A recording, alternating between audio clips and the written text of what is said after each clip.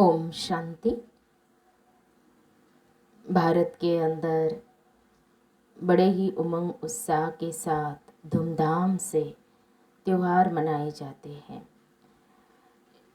लेकिन अगर हम इन त्योहारों को आध्यात्मिक रहस्य के साथ मनाएं तो और भी अच्छी तरह से इन त्योहारों का हम आनंद ले सकते हैं।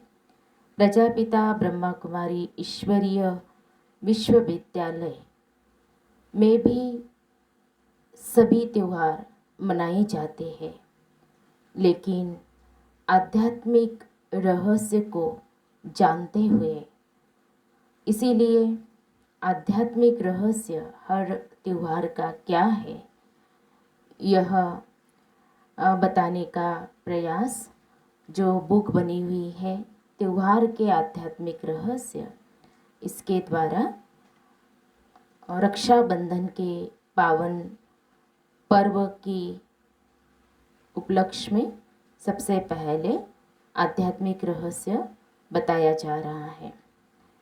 सभी को मालूम है 11 अगस्त 2022 को रक्षाबंधन का पावन पर्व है, तो सभी को रक्षाबंधन के पावन पर्व की हार्दिक बधाइयाँ। और रक्षाबंधन का आध्यात्मिक रहस्य क्या है तो ये अवश्य ही आप सबको मालूम हो। ओम शांति।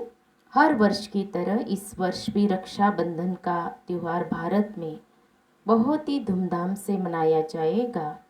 घर घर में बहनें भाइयों की कलाई पर आजकल के फैशनेबल रेशमी अथवा नायलॉन के सुंदर डोरे बांधेंगी। भाई और बहनें इस दिन एक दूसरे का मुख मीठा करेंगे, और यदि बहन भाई से अलग किसी दूसरे शहर में रहती होंगी तो भी अपने भाई के पास रक्षाबंधन भेजकर अपने पवित्र स्नेह को प्रकट करेंगे। रक्षाबंधन को बहनें और भाई त्योहार अथवा उत्सव समझकर खुशी से मनाते हैं। सचमुच ही ये रक्षाबंधन अपने आप में एक अनूठा बंधन है, न्यारा और प्यारा बंधन है। यह रक्षाबंधन का त्यौहार बंधन का उत्सव है। भारत के अंदर विविध धार्मिक त्यौहार है, आध्यात्मिक त्यौहार है। ये कितनी आश्चर्यकारक बातें हैं कि स्वतंत्रता का उत्सव मनाया जा सकता है, परंतु कोई बंधन का उत्सव मनाए तो विचित्र सा लगता है। परंतु हमारे भारत की संस्कृति बहुत रहस्यों को लिए हुए है, ऊंच है, श्रेष्ठ है, आदर्श है। भले ही कई त्योहारों के रहस्यों को, आध्यात्मिकता को जानना विचित्र लगता है, परंतु उन विचित्रता के पीछे जो आध्यात्मिक चित्रकार है, हम सर्व आत्माओं के रक्षक परमपिता परमात्मा के दर्शन होते हैं और स्मृतियाँ होती है। बंधन कई प्रकार के होते हैं, जिस्मानी, रूहानी, सांसारिक, आत्मिक व ईश्वरीय बंधन। सांसारिक जिस्मानी बंधन में विषय, विकार, मोह, माया आती है, परंतु ईश्वरीय रूहानी बंधन में श्रेष्ठ फलों की बातें आती है।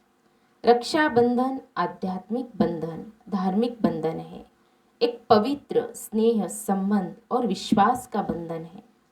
श्रेष्ठ लक्ष्य को लेकर आगे बढ़ना है तो मन के अंदर दृढ़ संकल्प के साथ साथ उस लक्ष्य पर पहुंचने के लिए मन में एक गांठ बांधनी पड़ती है, प्रतिज्ञा करनी होती है, प्रतिज्ञा का बंधन बांधना होता है। रक्षाबंधन के दिन बहनें सवेरे सवेरे तैयार होकर अपने प्यारे भाई की कलाई पर रक्षा सूत्र बांधने के लिए उत्सुक रहती है। उस समय बहन भाई के बीच का पवित्र स्नेह का समुद्र उमड़ता है। बहन भाई के बीच पवित्र, शुद्ध, चरित्र युक्त नाता होता है। यही कारण है कि जब भी किसी कन्या या नारी के प्रति यदि किसी लड़के या पुरुष की कुदृष्टि पड़ती है तो वह कन्या या नारी उस समय उसी रक्षा के सूत्र का सहारा लेती है और उसकी कलाई में बांधकर उसकी कुप्रवृत्ति को परिवर्तित करती है। यही कारण है रक्षाबंधन का यह त्योहार पवित्रता को लिए हुए है, परंतु इसके पीछे छिपे आध्यात्मिक रहस्य को हमने नहीं समझा। तो सही मायने में हम रक्षाबंधन के उत्सव को नहीं मना सकते हैं और फिर उससे होने वाली प्राप्तियों को हम अनुभव नहीं कर सकते हैं। 15-20 वर्ष की बहनें अपने 2-3 वर्ष के छोटे भाई को बड़े ही प्यार से राखी बांधती है, परंतु वो छोटा सा प्यारा दुलारा भाई अपनी युवा बहन की रक्षा कैसे कर सकता है। बहनें भाई को इसीलिए राखी बांधती है कि भाई मेरे शारीरिक चरित्र की रक्षा करे, परंतु देखा जाता है कि बहन किसी दूसरे शहर में होती है, उस समय भाई भी अपनी बहन की रक्षा करने के लिए मुश्किल में आ जाता है। तो रक्षा किसकी किससे करनी है। भारतवर्ष के धार्मिक इतिहास में बताई गई उन बातों को याद करने जैसा है। भरी सभा के बीच द्रौपदी का चीरहरण हुआ।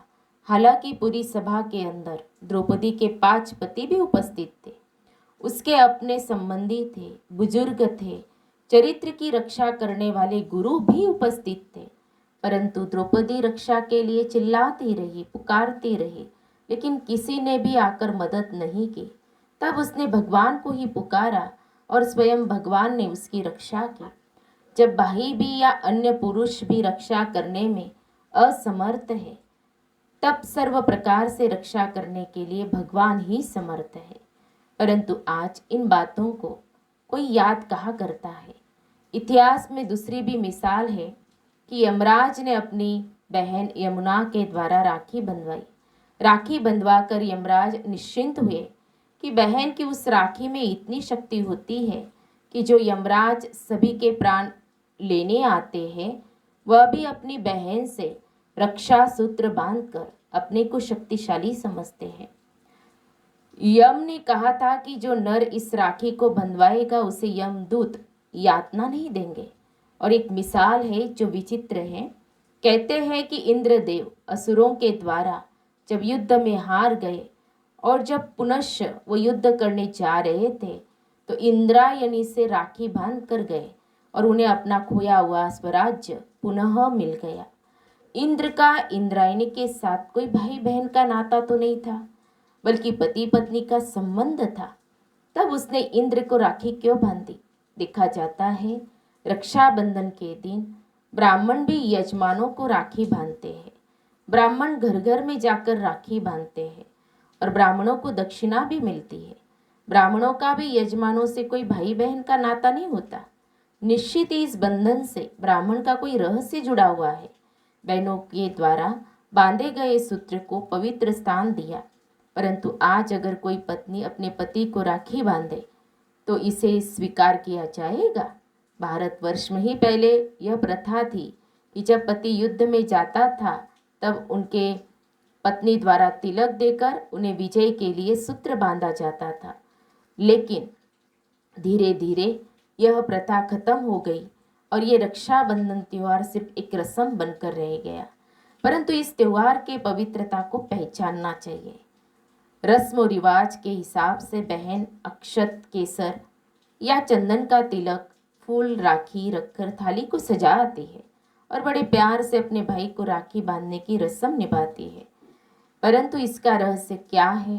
तिलक सदैव भाल पर दो भ्रुकुटी के बीच दिया जाता है। तिलक हमेशा ही अंगूठे से दिया जाता है।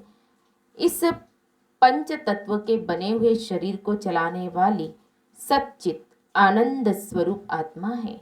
वह अंगुष्ठाकार यानी ज्योति बिंदु स्वरूप है। तिलक चंदन व केसर का होता है। केसर को अक्षत यानी चावल के साथ लगाया जाता है।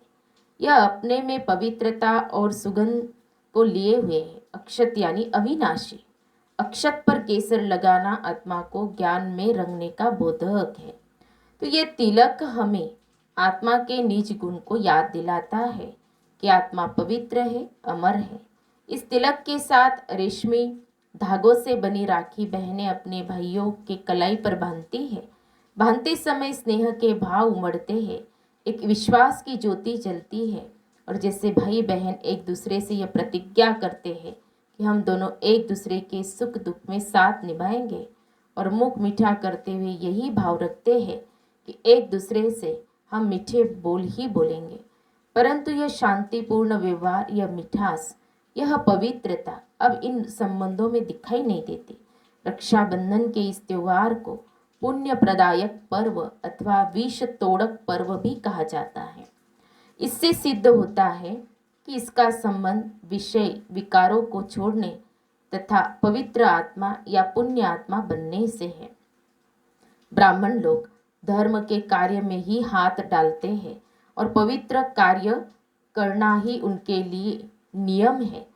तो स्पष्ट है कि रक्षाबंधन भी पवित्रता रूपी धर्म में स्थित होने की प्रतिज्ञा करने अथवा काम वासना रूपी विष को तोड़ने का प्रतीक है। सृष्टि चक्र में कलयुग के अंत में एक ऐसा समय भी आता है जबकि समूचे मानव समाज का नैतिक एवं चारित्रिक पतन हो जाता है। माँ बहनों की लाज खतरे में पड़ जाती है। तो ऐसे अति धर्मग्लानि के समय ही परम पिता परमात्मा नई पावन दैवी सृष्टि की पुनर्स्थापना का कार्य प्रजापिता ब्रह्मा द्वारा कराते हैं। कहावत भी प्रसिद्ध है कि ब्राह्मण ब्रह्मा जी के मुख से उत्पन्न हुए थे।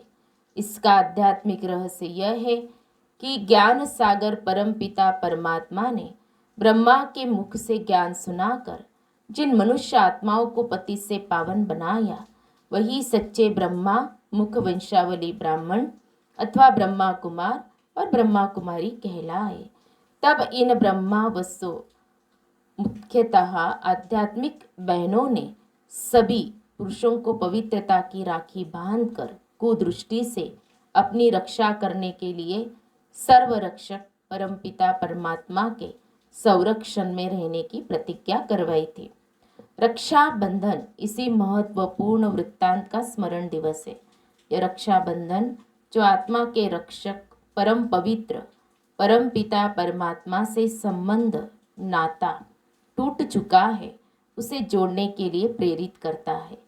और जो इस संबंध को जोड़ लेता है वह अपने जीवन को परम पिता के स्मृति में सुरक्षित अनुभव करने लगता है।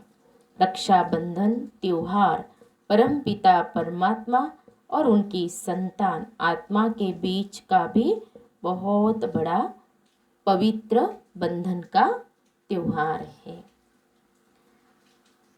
तो हम सब ने रक्षाबंधन का आध्यात्मिक रहस्य क्या है वो सुना। अच्छा, ओम शांति।